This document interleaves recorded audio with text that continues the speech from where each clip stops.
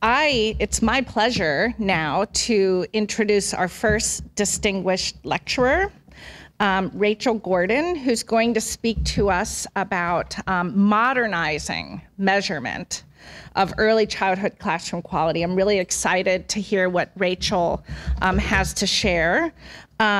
Rachel Gordon is a professor of sociology.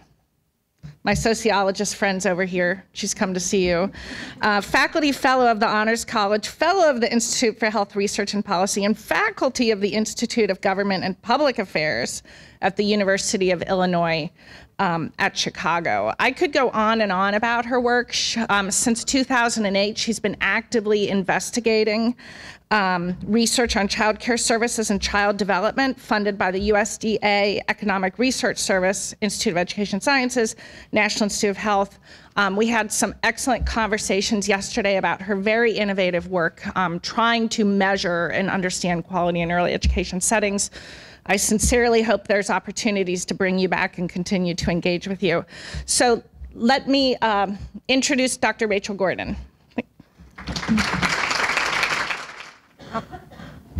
It was designed on a Mac, so hopefully this won't be the case on every slide we looked through. This does say modernizing measurement of early childhood classroom quality, and that one looks good. And I just want to start by saying a couple of things. And I know we have a very diverse audience here in many ways, including across research, practice, and policy. So our aim is to have something for everyone. And I know many of you want specific answers and solutions, and we're going to get there. I'm going to start with where we've been, though, so we can understand what we've done and not repeat mistakes we've made in the past. I think it's really exciting getting to know what you've been doing in Ohio and Columbus, that you're not locked into the measures that I'll start with. They affect many of you, including, say, in Head Start, but you have tremendous opportunity here. And in visiting with Laura yesterday, the things they're doing at the Crane Center, I think people are going to be looking to Ohio and Columbus in the future for these kind of modernized measures that I'm going to talk about. So as you make choices here, I hope you'll think about what I'm talking about, what we've done, and what we can do better in the future. And the big conclusion, when you see where I'm starting with where we've been, is not that quality doesn't matter, but that we haven't measured it well enough to demonstrate how it matters and when it matters. We don't know yet everything we'd like to know about what practices work best for when, for whom. But I'll get to some ways that we can improve and talk about what we've been doing. So as I said, I'm going to start with what's the state of the evidence for widely used observational measures of classroom quality, and I am going to be focusing on observational measures, although there are some other strategies we could use. I'll talk about focal concerns and key challenges with those measures, and then how we can modernize them. Trying to see where's the best place for me to look around the room here. I'm going to talk about 3 focal issues. One of them for the research people in the room is rater effects, and that just means if we have an observational measure, how may it be that 2 of us may see things somewhat differently, and how can we get a measure that addresses that? Item variation, again, kind of research lingo, but this means are we measuring the right things, and do we have the best items to do that? And then standard error of the measurement. So how good is our guess? What's the signal to noise? Is our guess narrow enough that we got something that we can use to predict kids' school readiness? So this first issue, we call it inter-rater reliability. We'd like to know whether 2 raters can score similar to each other when they're observing a classroom. And also if the same rater scores similarly over time, both issues. If we don't have these criteria, then we'll see we may have measures that aren't fair. It may depend who came into my classroom, if they tend to score higher or lower. Even if my classroom has the same quality of yours, if I got the unlucky draw, it may not be fair for me. The second issue, as I said, do items vary meaningfully? Do they cover the full spectrum of the things that we think matter? If these are limited, we have what we call in research a ceiling or floor effect, and we'll be less able to distinguish between classrooms, to predict growth if we're working with teachers to advance them, and to take the quality scores and predict kids' readiness. And the third issue, as I said, is signal to noise. How wide is our range of guesses? Again, if that guess is really wide, then that's going to limit our ability to predict. We call this unexplainable variation. Some of it we'll be able to adjust. Some of it we just have to feed back and improve our measures. I'll also talk about the different uses of measures. And many of you know we've been using measures in high-stakes ways. I'm going to quickly review those ways. We also use measures in research. We also use them in practice. And there is overlap in what we'd like our measures to be doing across these uses, but we want to think about them uniquely as well. So as we invested in early childhood education, we rightly wanted to assure that those investments were going to quality settings. We adopted some measures that I'll talk about in Head Start, in many quality rating and improvement systems, including the one in Illinois. They often aggregate scores from these observational measures, but they start from a single person sitting in a classroom for a couple of hours and assigning a score, and compare those scores aggregated in some way to a cutoff. And we want to think about whether that's giving us a strong enough signal for that high stakes use. We are increasingly recognizing there are limitations in evidence, including, as I noted, how much it matters who was in the classroom, whether we have a precise enough estimate to know if you're actually above or below this cutoff. So that's where that standard error of measurement comes in.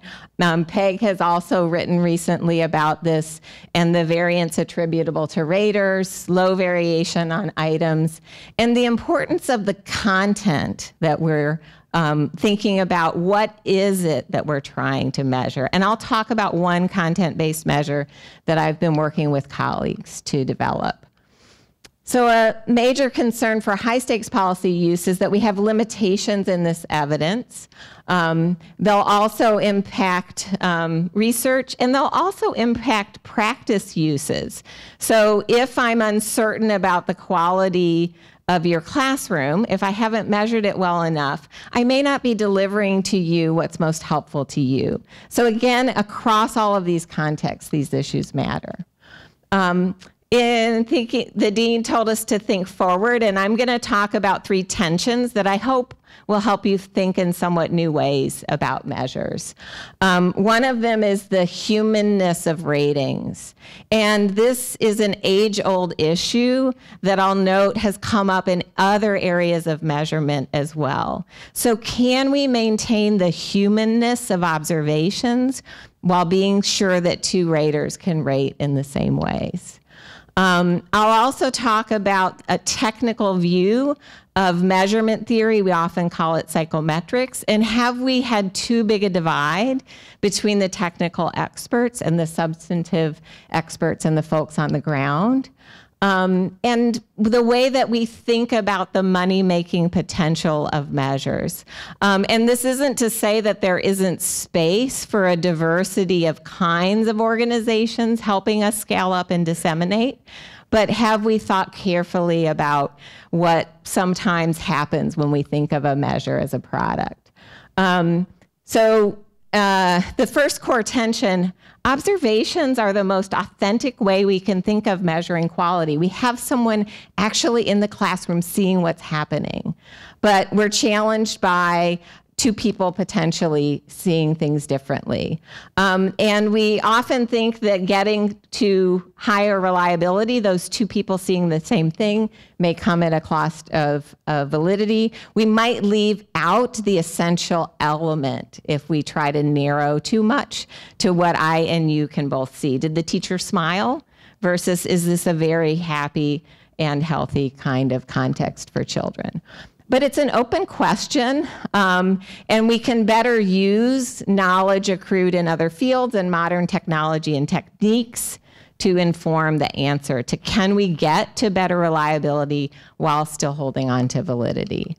The second tension, psychometric measurement theory, I'll give a taste of some of our work in this area, especially for the research, but I've tried to make it accessible in my collaborations with practice and policy. But have we viewed these as so highly specialized and technical that they're hidden in technical reports published in specialized journals? And even within our research fields, we're not all always trained well in these approaches. And that can lead to inertia where we use a measure because someone else used it, or we rely on scale developer summaries about the quality of the measure. So I'm going to have us think about this tension as well. In some ways, you can think of it as a consumer rights kind of approach to thinking about getting everyone on the same page with being able to understand the quality of measures. And then finally, thinking about the ways in which measurement is an integral part of our scientific enterprise. But at the same time, and in sometimes puzzling ways, measures become part of big business. And you've probably seen and experienced this with standardized testing.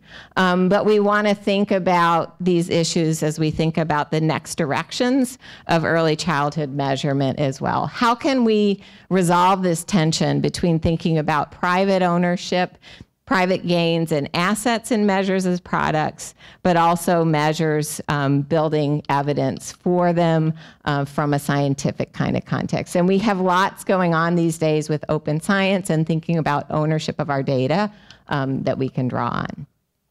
Okay, so I'm going to segue to talking about where we've been and where we're heading, and then I'll come back to each of those tensions and some ideas for resolving them.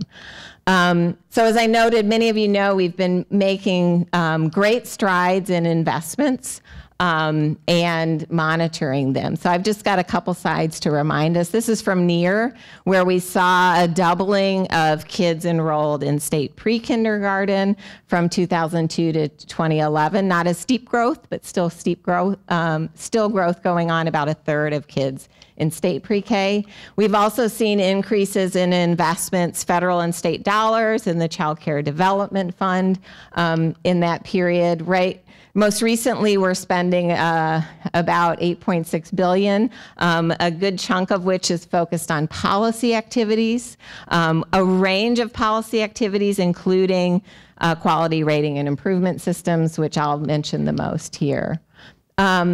And it's worth noting that Obama-era policies really focused on high quality and school readiness and life success. We've seen a shift toward thinking about cost and supply and the burden of regulation recently, and our candidates talking about quality and like the Obama era. So we're not sure what direction we're headed, but we all resonate with the importance, I think, of ensuring some quality in the context where young children spend their time.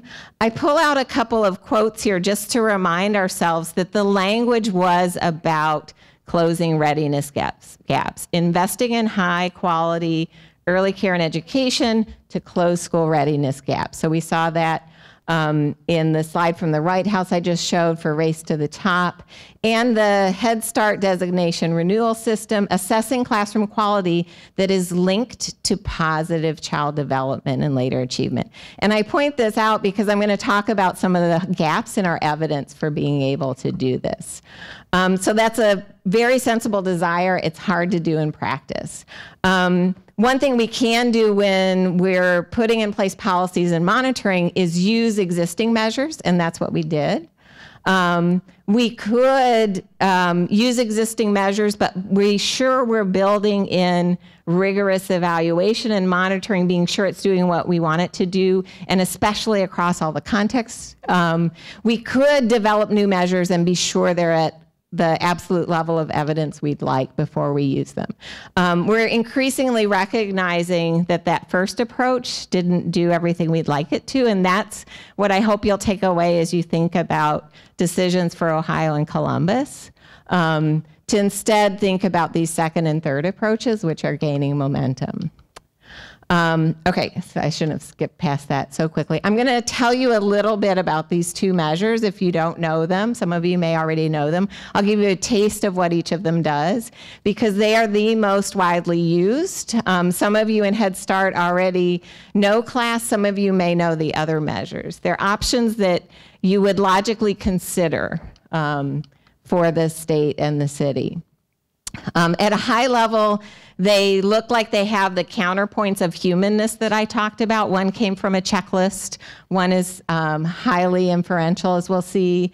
But at the deeper level, we'll see that they share limitations in each of the areas that I talked about. Okay, so both do have observers go into a classroom and sit for several hours and make scores. So they do have that authenticity that we would like of actually seeing what's going on in the classroom. Both give a score on a 1 to 7 scale, but they have different origins. This checklist I mentioned versus being more inferential. And both are marketed and sold through companies for widespread use. And I want to help us problematize, think through whether that was part of the issue that we're sitting in these days. The Eckers came from a checklist, and it was really to help practitioners improve their settings. In the 1970s, we did not know childcare was growing rapidly, and these folks responded in an important and valuable way to try to help practitioners improve quality. It has a developmentally appropriate practice lens and philosophy. At that time, we don't have the modern technology that Laura and I were talking about yesterday, that we could use computers to do things, and we want to be thinking about that. But at that time, they had 400 things they wanted observers to look for. And so to make it manageable for observers, they organized them into 43 items. And what I'm going to have us look at and see is, did that create some limitations in the measure? There is a new version that I'll mention as well. This is what the scoring sheet looks like, just to give you a preview of those indicators and items that I'll come back to. Class and context and contrast came out more recently. It came out of a research study very entrenched in our latest theories and evidence around quality practice, and was aimed at professional development and coaching, really emphasizing that teacher-student interaction, which is critical.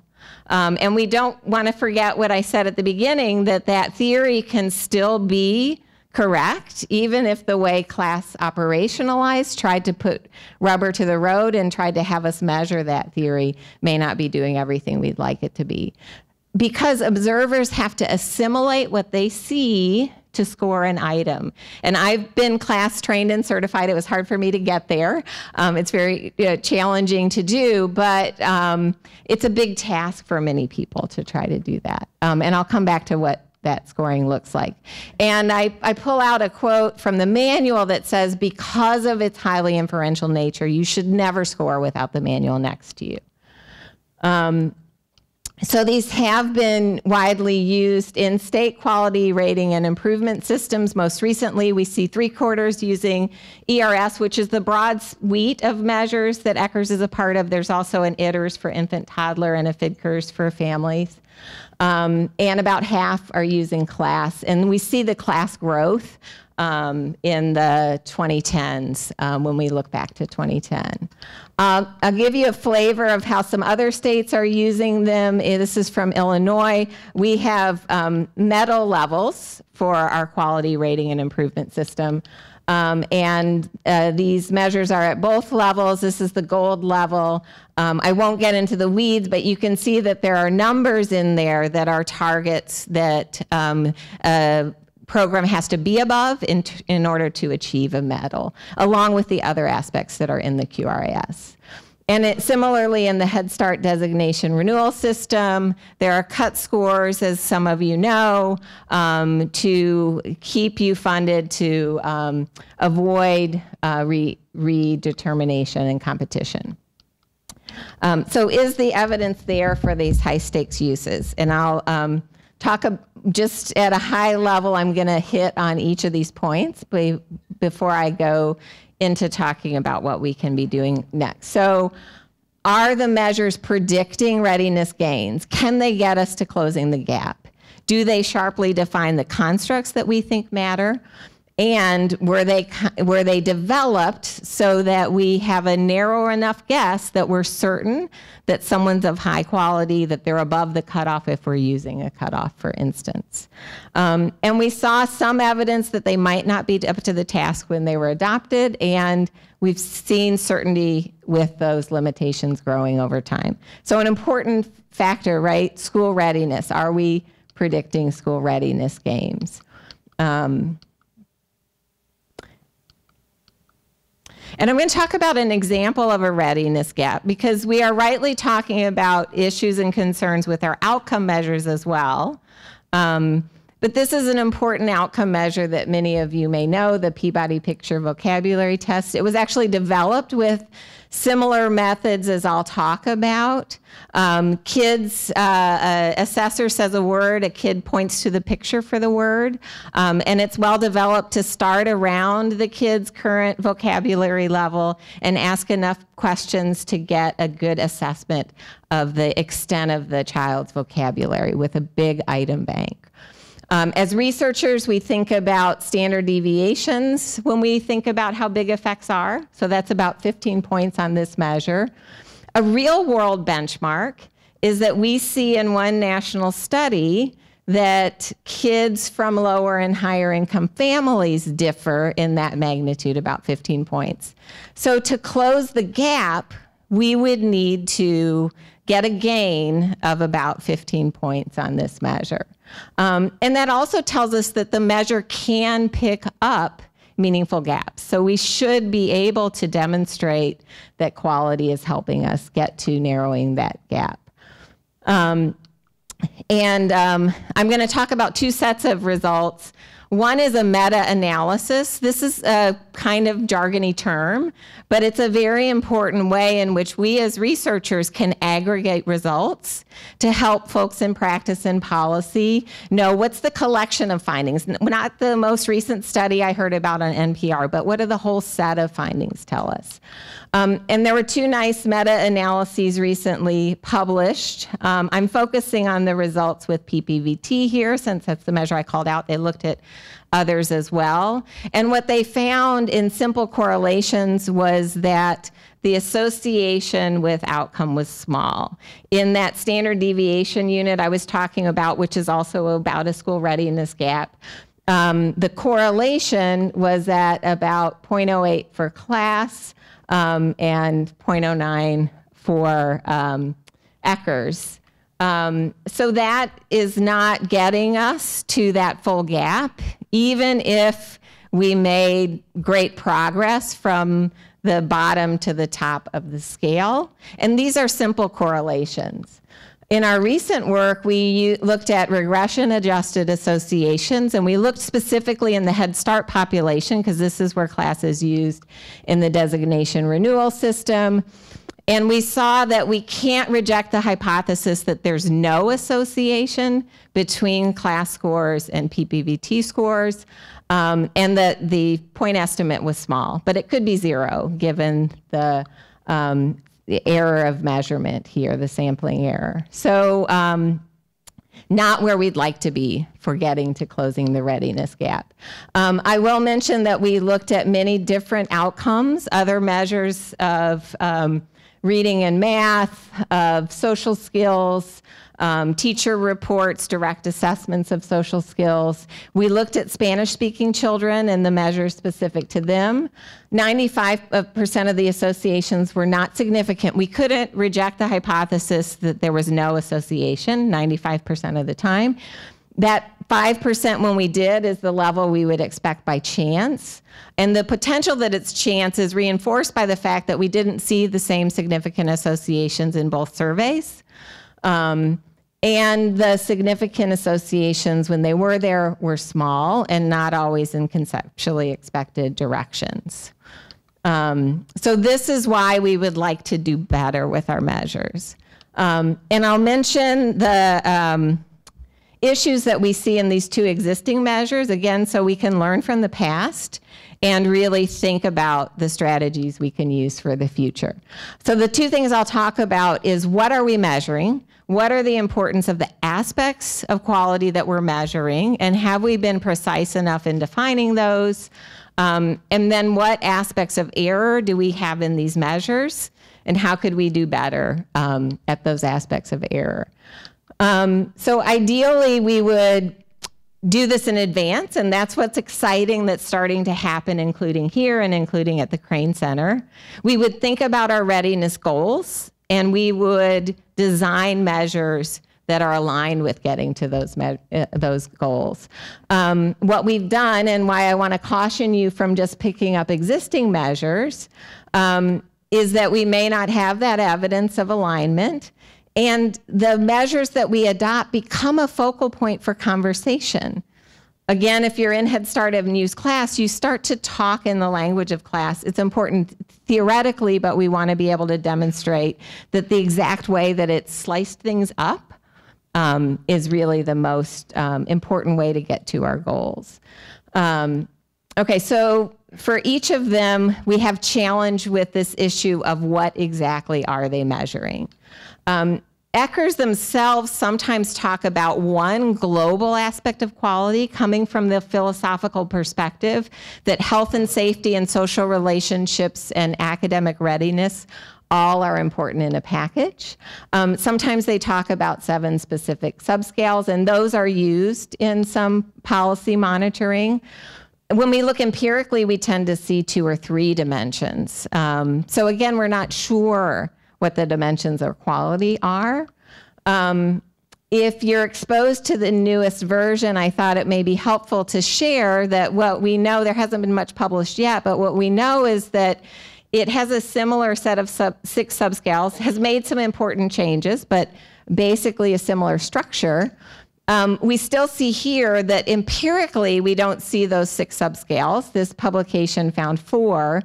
And again, they were generally non-significant and consistently small associations. So here in the table from this publication, 83%, we couldn't reject the hypothesis that there was no association, and when it was significant, it was small in size. So we're not sure what dimensions Eckers is getting at based on that evidence. And similarly with class, we have 3 broad domains that when I talk with people on the ground in practice, these resonate. The emotional support for children, the organization of the classroom, and the instructional support that we're offering. So again, we want to think about the ways in which class may not have ideally operationalized them, but it's also important that those 3 domains that are in policy are not well empirically validated with class. The class developers published what's called a bi-factor structure. So again, it sounds like jargon, but it's separating a general aspect of quality, responsive teaching, from 2 specific dimensions, proactive management and cognitive facilitation. The big takeaway I would share with you is, again, we're not sure which dimensions are being measured. And we replicated this in the Head Start samples again. We found that bi-factor structure, a couple others that fit about as well, so reinforcing our uncertainty. Again, though, with any of those, we found we couldn't reject the null of associations with PPVT scores, and the associations with other outcomes were among those 5% that I said could be chance associations. Before I leave here, I want to mention the distribution of items, because I'll come back to this when I talk about raters. What we see is skewness, we call it, as a researcher, the concentration of items in certain regions of the score. It's not covering fully from 1 to 7. So for emotional support, which are these items at the top, we tend to see scores high, concentrated in the 4 to 7 range, and for instructional support, low, concentrated in 1 to 4 range. So keep that in mind, keep this image in mind when I come back to talking about the certification process for raters. Okay, and I'm going to transition to two ideas, two limitations of signal to noise in each of the measures. And they're different. Eckers reflects this checklist origin and the way they tried to reduce burden for raters. Class, I'm going to highlight the highly inferential nature. So Eckers, if you know it, has a stop scoring. So you don't have to score all of those 400 indicators, right? We would be thankful if we were sitting in a classroom. Stop scoring. If you don't see something, you can move on to the next item of the 43. But the challenge is that the placement of the indicators was based on the philosophy, the ideas the developers brought, again, starting in the 70s when we knew less. And there wasn't empirical evidence of the way they placed them. So there's some indicators of nutrition and sanitation lower in this item, and we see things in other items. This is about meals and snacks. So did the kids wash their hands? Are we serving nutritious foods? Important, but probably important for health and contagious disease spread. At the higher levels, we have things like, are the kids helping with setting the tables? And are rich conversations happening? Important for social skills, important for language development, likely. We can't pull those apart in the way that it's scored. And what we've looked at in our work is the way in which this affects the scoring and the importance of that for using it in high stakes ways. So we would expect, if those indicators were placed in the right way, that average quality would be going up in a stair-step-like manner from the lowest score to the highest score. So a 7 should have higher quality than a 6, than a 5, than a 4. We instead see something like this, where it goes up, down. And I'll show something in a minute that suggests it's because of those items at the bottom about every kid washing their hands. That's a high hurdle to get over, to get credit for the great social interaction and language skills. I'm going to skip through this. It's for the researchers in the audience who want to know all the psychometric models we use to validate that in 8 different data sets. We looked in the psychometric models for expecting to see something similar to what I just showed, but for the categories to have these kind of rolling hills. And when we first ran this graduate student working with me said, gosh, we're seeing these crazy, crazy graphs instead. As I noted, we were lucky enough to have some data where folks had actually scored all the 400 indicators on their own. And we were able to see that those sanitation items were that big hurdle to get over, to get credit for the social and language activities that were going on. As psychometricians, we would say that means that those average scores shouldn't be used. There's a lot of error in them, including for high stakes. Okay, last point on existing measures. This is the place where I said, keep in mind the skewness, the concentration of items at the upper and lower end. Both Class and Eckers allow for raters to be within 1 of each other to be certified to score. So they don't have to give exactly the same score. They have to give a score within 1 of a master code that the developers determined for some video that will be used in certification. So here I show that if the master score was a 6, I could give a 5 or a 7 to be in agreement. I'm thankful for that because that helped me get certified. But with my lens from error, I know that 3-point gap, when we saw that the item tended to fall in a 4-point range, is 3/4 of the range of the item.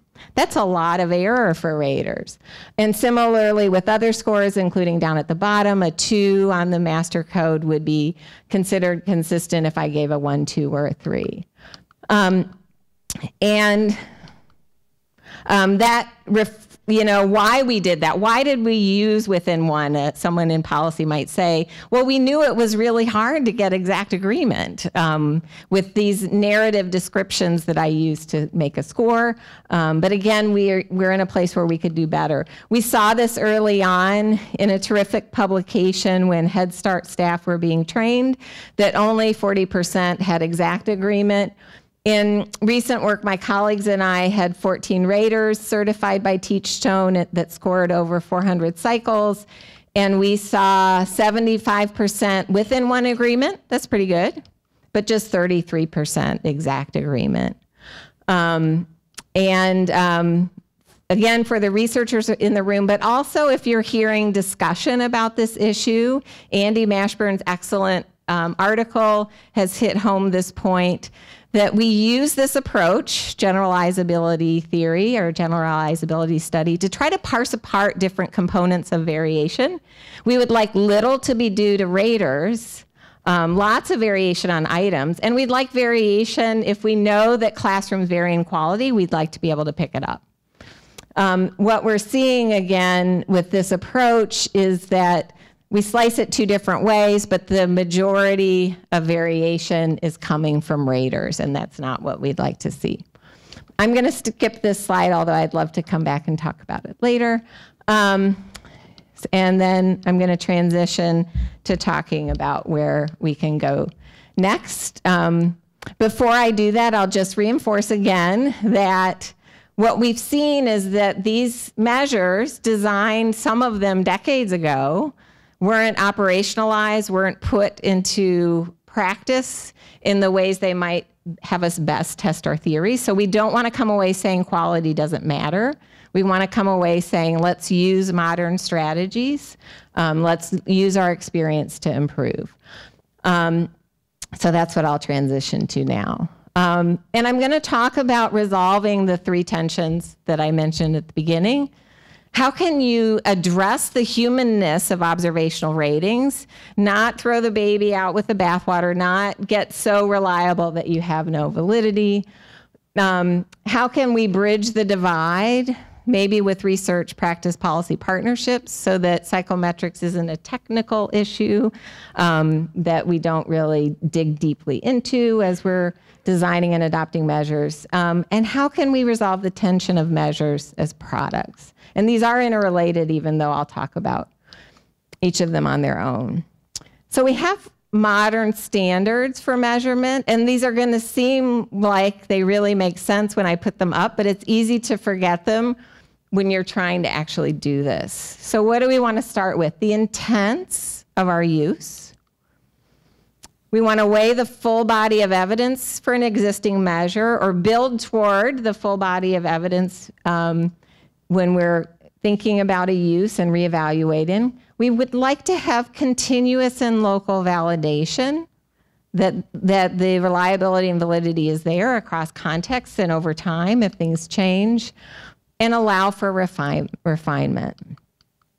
So what I'll often say is that a measure is not statically reliable and valid. And there's an unintended consequence of using this soundbite language in regulations like we have. Policymakers have taken the good step of saying, be sure you've got a reliable and valid measure, but that leads us to think that we can adopt it and it will work well everywhere. So we want to move away from that and again, fully evaluate and revisit. We want to think about use. Those cut points I had up earlier, if we're going to have a cut point, which I'm not saying you should, but if you had a cut point, you'd want very, very precise measurement at that cut point. If we want to close readiness gaps, we want to be sure we're aligned with those and what we're measuring in quality. Okay.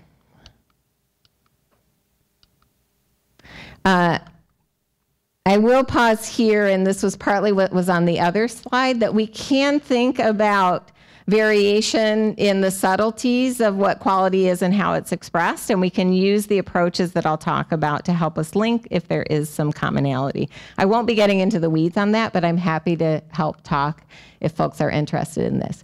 What I am going to do is give you a big picture view of one psychometric approach we can use. I've used this in partnership with school districts, and I'm going to show you how they help translate it for their principals, for their teachers, for their school boards, and how it's useful for us for the issues that we're grappling with.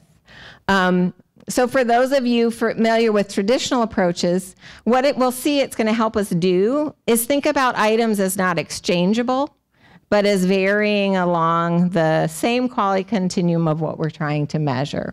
And we'll be able to jointly estimate their position, the items, and what we're trying to measure, so we can see visually if we've done the job we'd like to do. This approach comes from an epistemological tradition, a philosophy that our models should help inform us about improving our measure. It's somewhat different from other approaches, like some of the ones I showed a minute ago, where the model adapts to the data, an ever more complicated model to fit the data. This is a different approach that's really designed to help feed back information to improve measures. And we'll see how we can address each of the issues that I mentioned in the beginning. So how do we get at some of them? How do we get at item variation to start? We're going to think about an array of items along the latent construct, like a ruler. Think about if we've got a bunch of toddlers and we want to measure their heights. If I put a yardstick up next to them, I'd like the points all along that yardstick to be able to well differentiate the 1-year-olds who are shorter and the 2-year-olds who are higher. That's the analogy that we're thinking about. And the approach helps us sharpen our definitions of the construct and the items and feed back to us the empirical ordering so we can see if we've done a good job. I'm going to start with a collaboration where we didn't have the many facet of the name I had up there of this approach yet. We didn't have raters yet, but it's a nice example of using this approach in practice. And this was part of a IES Researcher Practitioner Partnership Grant with a wonderful school district in Reno, Nevada, and collaborative with Castle, if you know them, looking at measuring kids' social and emotional competencies. So here's how they translated the approach to thinking about the ruler. On the left, we might have kids who are still gaining competency in social emotional skills to those who are most competent. And we can think of our items on the right as being those that range from those that are easiest for kids to learn, that they might learn first, to those that are most difficult. And again, they used this kind of visual to reinforce this, starting from thinking about addition or math skills from simple addition to the most complex, and how you might grow over time in those skills. They then translating that to think about the social emotional competence we were measuring here, relationship skills, easiest to do on the right, hardest to do on the left. And here's an example of some of the items that we saw. Easier was being polite to adults. Hardest was sharing what I'm feeling with others and joining a group I don't usually sit with at lunch. So being able to display in this way helped them talk with students and principals and teachers. We were also able to hypothesize about the order that we might see in the items using their state standards, and then use the model to see if where the items were placed based on the standards was what we saw. So we saw one of the easiest here was an elementary standard, tied for hardest with a high school standard. So this is a way in which you can connect to practice standards while using the approach to think about arraying items along a continuum. I'm going to talk about how we've used this to develop new measures of classroom quality. And so I'll transition to talking a little bit about the rater effects as well as precision of estimation. In a nutshell, what we'll think about for reducing the error band on our guess, being as precise as we can about our guess, is that we'd like items that are well targeted at what we're trying to measure. Again, with the yardstick, I gave an example of measuring height of toddlers. We couldn't measure all of our heights in the room with one yardstick because it's not tall enough. So we want items targeted at what we're trying to measure. If we're working with teachers who are new teachers, we need items that reflect that are still developing competency. If they're very experienced teachers, we need items that are at the highest level.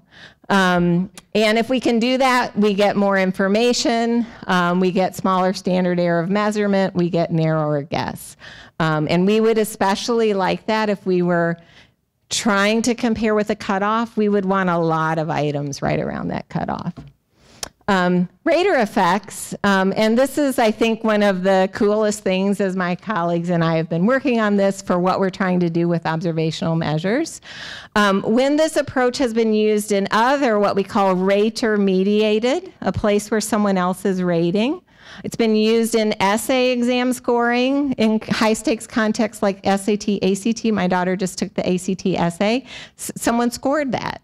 Can we adjust for whether the person who scored it tends to give harsher, tends to give lower scores or higher scores? We can do that if we've got stable differences between raters.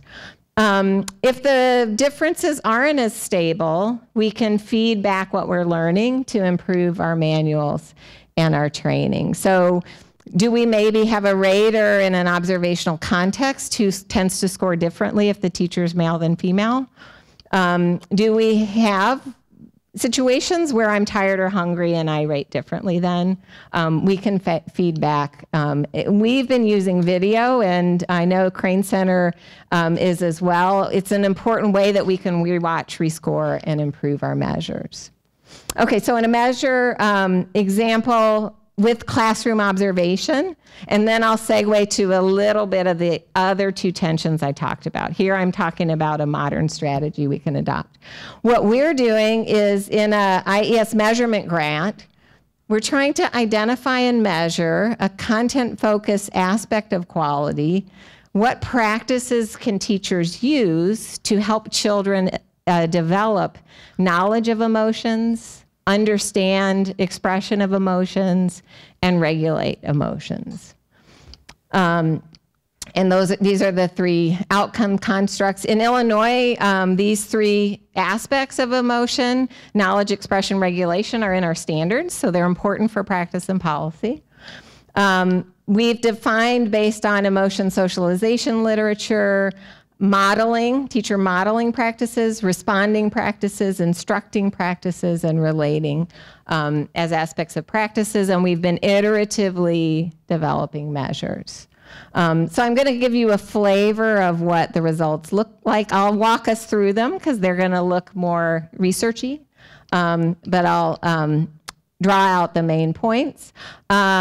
We've had again, been using multiple cameras in a classroom to have video that approximates what you might see live so that we can have lots of raters and see how raters vary and iteratively improve. So this is the researchy slide. This shows how we're able to graph on the same scale the segments, which are the 10-minute snippets of observation that we have in classrooms. We see the distributions of segments from the lowest, where we saw the least competency, to the highest, where we saw the highest competency. Raters in the middle, again, estimated on the same scale, so we can know who's harsher and more lenient, and the items. We would like to see a good distribution of items like the ticks on a ruler, and we did pretty well here. We got room to grow still in our iterations. This is our examples of the ordering so that we can think conceptually, substantively, does this make sense? What might we be missing? We've been talking with folks on the ground in practice settings and policy to see what we might add.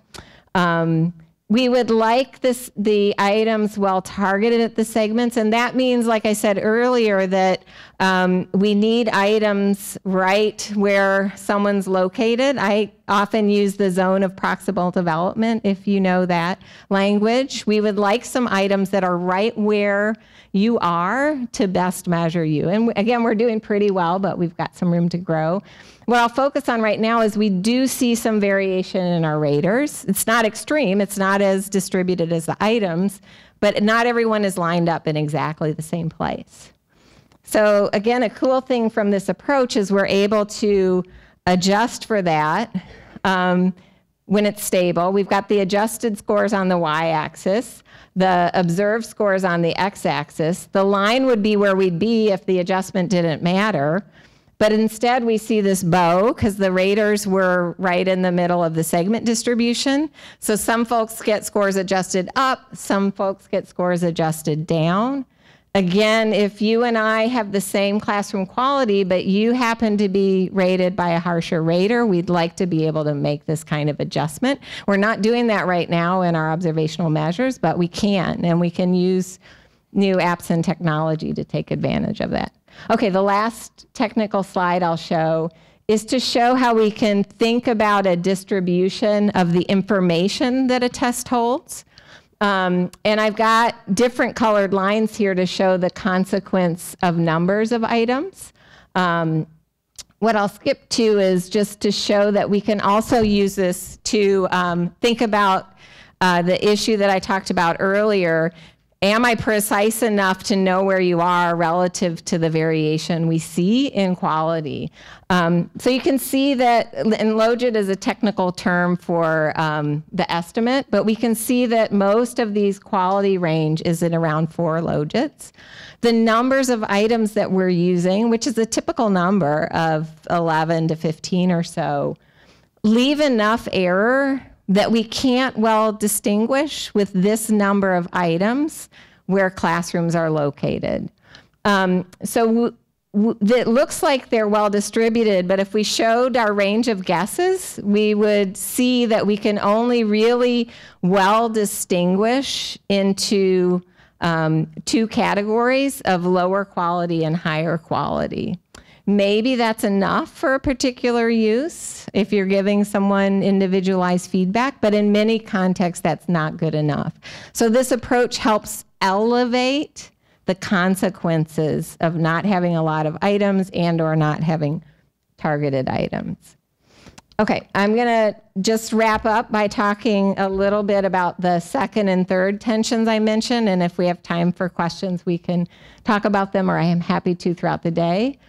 The second tension was psychometrics being separate from substance and practice. And there's broader conversation around this issue. I like this quote on the gap between how psychological science might be optimally conducted and how it's typically conducted, and how that could undermine our credibility as scientists.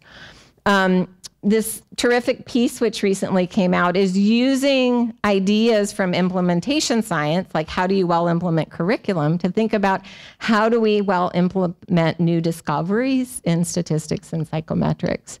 So the main points are that we need to make the method easier to adopt, provide users with promote their beliefs and capacity that it's relevant and helpful to them, support a local culture of doing it, and support a professional culture of doing it. So thinking about how to bridge this divide, which was the goal and what we made some progress on in our researcher-practitioner partnership.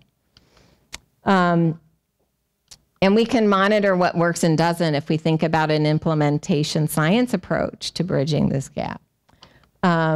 And then the third tension I talked about, which was thinking about products as static things, especially things that we can sell and market. Some of you may know that Department of Ed put out a rule that grantees awarded with competitive grant funds needed to openly license to the public copyrightable grant deliverables, and that would include copyrightable tests. And my colleagues and I have been looking at this question of might open, might closed be better or worse. What we did was look at all the comments to this proposed rule change and looked at related literatures like the patent literature. There are some important arguments for closed source, that we want to be able to control fidelity of implementation, if it's a curriculum or if it's a measure, that we want to incentivize innovation through monetary return, and that we want to be able to fund dissemination. It takes a lot to scale up. But our experience with the current use of observational measures is that certification didn't get us to adequate reliability, that kind of fidelity aspect of that. And we didn't see the measure quickly improving over the decade, for instance, that class has been used. We can think about an insured monopoly in the way that class was written into Head Start. So again, we can problematize and think about whether that got us where we would like it to be, and think about that as we go forward. Arguments for open source are that it promotes adaptability, avoids recreating the wheel, allows public return for taxpayer investment in measure development, and promotes public peer review, and can reduce cost and increase access. We can think about different models of getting to this strategy. It could be completely open. It could be some of the Creative Commons licenses. If we are charging for aspects of the measure items themselves or scoring assistance, we can be transparent about what the fees are covering, and if the profit and nonprofit aspects are visible, and whether the data accumulation is transparent. So again, if we're investing as a country with Head Start in measuring many classrooms, is the data that we're learning being available to be fed back into improving that measure, being fed back to ensuring that it's working the way it wants? We would like it to, across contexts. And I can say that we don't know the answer to the question of if closed source is better, if open source is better, or if somewhere in the middle is the best. But we hope that as a field, we'll be thinking about this tension and thinking about the models that we're using as we're developing additional measures for use. So I'll stop there. I think we have a little time for questions.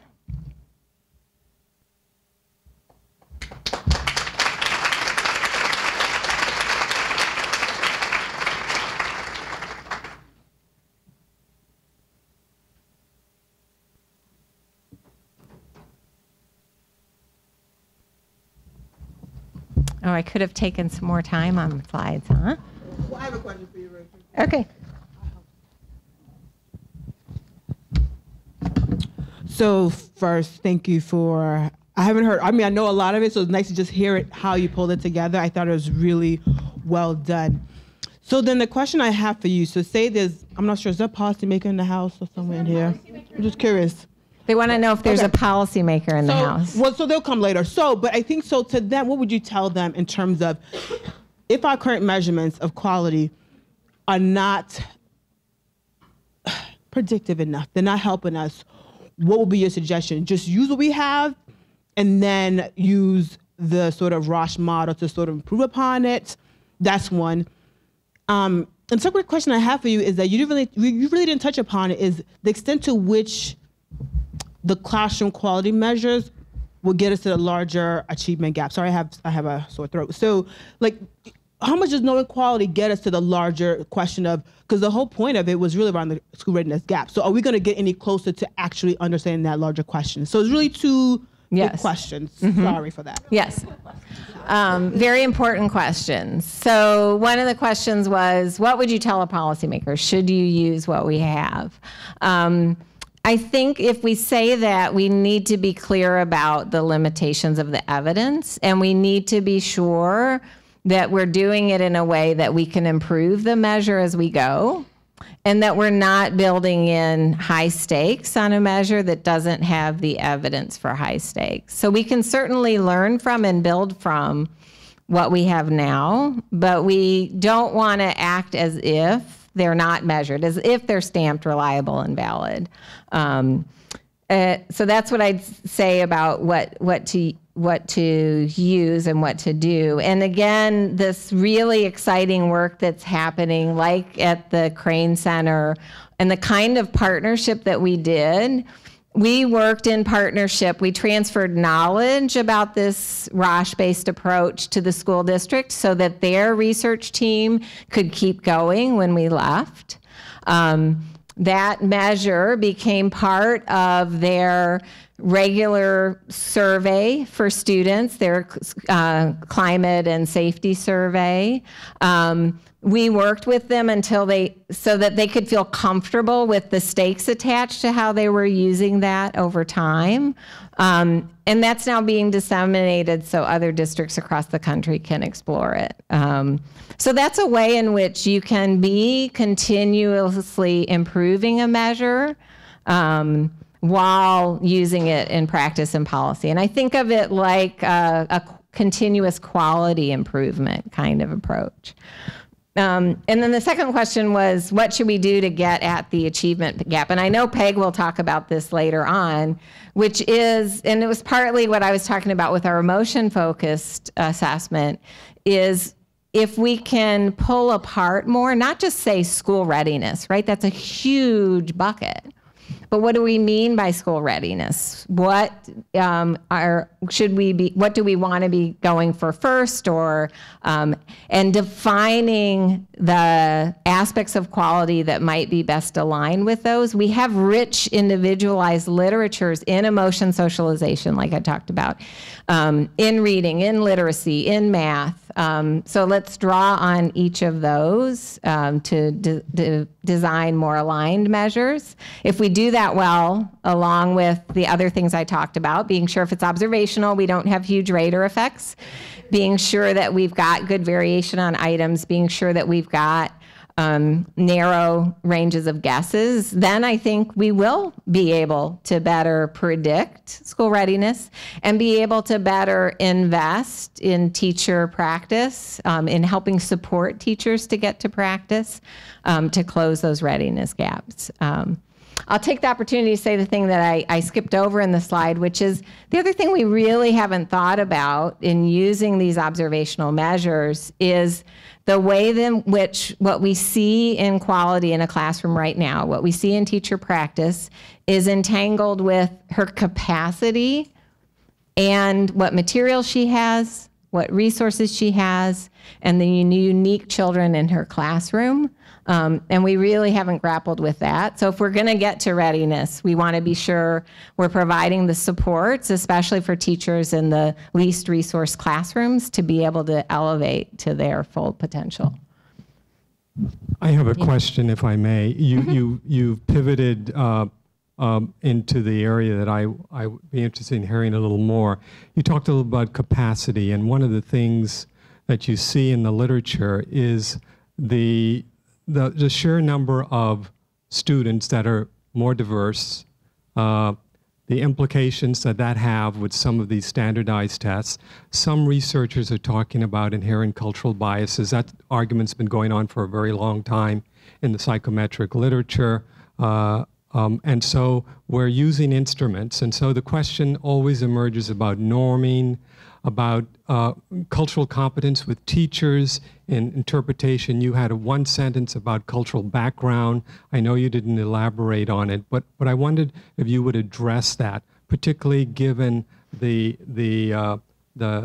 differences between large groups of students, particularly in our Columbus City, where there's a significant number of students of color at young ages, and the teachers don't look like them. And so you have these cultural nuances that happen, and sometimes these instruments don't pick up on that simply because of the norming issue that you alluded to. Yes. Can you speak to that? Yes, and I think that is a hugely important issue. The norm can be part of packaging in a static measure, because those tend to come out and be standardized, normed, and stay that way for a long time.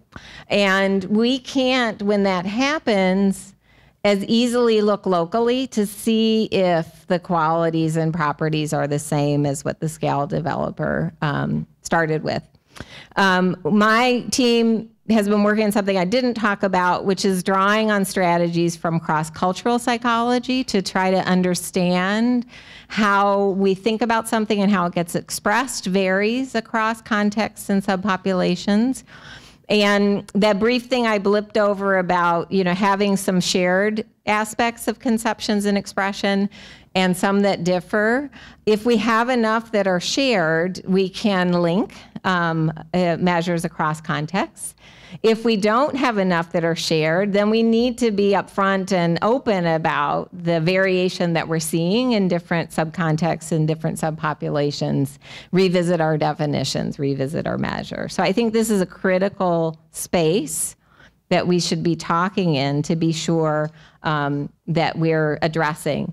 The other piece I would say is that I'm so thankful I was part of that first researcher practitioner partnership that I was involved with, and my work has engaged, from the beginning, then with the people that are being measured in order to help them inform the definition of the construct and evaluate what's happening with it over time. So I think that's another approach that we can take in part of that implementation science strategy.